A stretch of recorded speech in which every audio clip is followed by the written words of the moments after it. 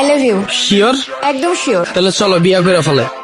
বিয়ে? আমি তো মাত্রই তোমাকে প্রপোজ করলাম। ঘুরবো, ফুচকা খাবো। ওরে ভাইরে, জীবনে তুমি বহুত জনের কাছ থেকে ফুচকা খাইছো, আর আমিও জীবনে বহুত জনের ফুচকা খাওয়াইছি। ফুচকা খাওয়াইতে খাওয়াইতে পকেট খালি হয়ে গেছে গা। এখন আর আমি খরচা পানির ভিতরে নাই। ডিরেক্ট বিয়া করবা? তারপরও এত তাড়াতাড়ি কিসের বিয়ে? আমাকে ভালোবাসো না? আরে ভালো তো বাসি। তাহলে প্রবলেম কি? বিয়ে এত জলদি? বুঝছি, ভালোবাসা হারাই গেছো তো। যাও বাবা যাও। আরে না না, কি বলো, ভালোবাসা কেন হারাই যাবে? ভালোবাসা তো আছে, কিন্তু বিয়ে এত তাড়াতাড়ি মানে? ভাইরে ভাই, 2-3 বছর আমার লাগে প্রেম করবা, তারপর বন্ধু বান্ধবের কাছ থেকে টাকা ধার লইয়া বাইকে তেল বইরা তোমারে ঘুরামু, এরপরে তুমি আবদার করবা জান আমার সমুদ্র দেখতে মন চায়, কক্সবাজার যামু, এরপর ভার্সিটির ফি না দিয়া তোমার হইলে কক্সবাজার ঘুরমু, কয়দিন পর পর তোমার বার্থডে আইবো, তোমার সারপ্রাইজ দিমু, আর তারপর কি করবা তুমি? 2 বছর পর হঠাৎ একদিন আইবা, আয়া কইবা জান আমার বাসা থেকে তো ছেলে ঠিক করে ফেলছে, ছেলে তো বিসিএস ক্যাডার। আরে আমি এইসব কেন বলবো? আমি তোমাকে ভালোবাসি। ওরে ভাইরে,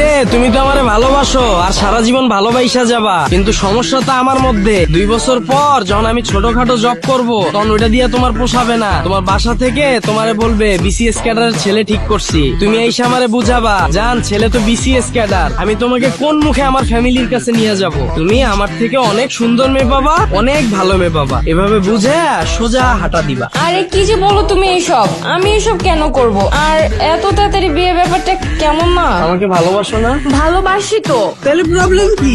বুঝছি, ভালোবাসা হারাই গেছো তো। যাও বাবা যাও। আরে ভালোবাসা কেন হারাই যাবে? ভালোবাসা আছে তো। আচ্ছা ঠিক আছে, চলো বিয়ে করে ফেলি। তোমার ফ্যামিলিতে কে কে আছে? আব্বু আম্মু আর বড় ভাই। তাহলে শ্বশুরে ডাক দিয়া লাভ নেই, তোমার বড় ভাইরে ডাক দাও।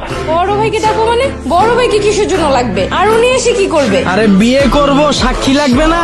তোমার বড় ভাই তো সাক্ষী থাকবে। সাক্ষী লাগবে ঠিক আছে, বড় ভাই একে কেন ডাকবো? তুমি একটা কাজ করো, তুমি তোমার কিছু ফ্রেন্ডকে ডাকো, আমি আমার কিছু ফ্রেন্ডকে ডাকি, ওরাই সাক্ষী দিবে। চুনা দেওয়ার ধান্দা না? এরকম কইরা আমার বহুত বন্ধু চুনা খাইছে। চুনা মানে? মজা না? চুনা বুঝো না তুমি? এখন বিয়া কইরা লামু, 2 বছর পর তোমার বাবা মা যখন জানবো, তারপর কইবো এই ছেলে মানি না, এরপর আমার লগে 2 বছর থাকতে থাকতে আমারেও তোমার আর ভাল লাগবো না, এরপর তুমি ওই পক্ষে যায়া আমার নামে একটা মামলা দিয়ে দিবা, তারপর কি হইব? সারা জীবন জেলের ভাত খামো। বাবা এটির ভিতরে নাই, তোমার বাইরে ডাক দাও, আর নাইলে বিয়া করার দরকার নেই। আরে কি বলো এইসব? আমি এইসব কেন করতে যাব? তুমিই বলো। আমারে ভালোবাসো না তুমি? ভালো তো বাসি।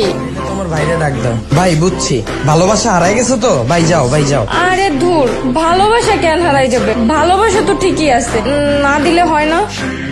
দাও। আচ্ছা তাহলে আমি ভাইয়াকে কল দিচ্ছি। কোথায় আসতে বলবো ভাইয়াকে? গ্রিন রেস্টুরেন্ট আসতে বলো। আপনারা অনেকে জানেন গত 10-15 দিন আগেও আমার পেজে শুধুমাত্র 2500 ফলোয়ার ছিল। সো আমি কিভাবে শুধুমাত্র নাটক আপলোড দিয়ে এই 10-15 দিনে প্রায় 60,000 ফলোয়ার করে ফেললাম, এই বিষয়টাই আমি আপনাদের শেখাবো। আপনি নাটক আপলোড দিয়েও কিভাবে ইনকাম করতে পারবেন এবং খুব কম সময়ে আপনার পেজে ফলোয়ার নিতে পারবেন। আমি আপনাদের ভিডিও কলে আলাদাভাবে শেখাবো আপনি কিভাবে নাটকের ভিডিও এডিট করবেন, আপনি কিভাবে নাটকের কালারটা এডিট করবেন যেন সবার কাছে অনেক আকর্ষণীয় হয় দেখতে, আপনি কিভাবে আপনার ভিডিওতে লোগো অ্যাড করবেন, অথবা আপনি কিভাবে আপনার ভিডিওর মিউজিক এডিট করবেন যেন আপনার ভিডিওতে কপিরাইট না আসে। এই সকল কিছু জানতে আমাকে ইনবক্স করুন। অবশ্যই এটা পেড সার্ভিস।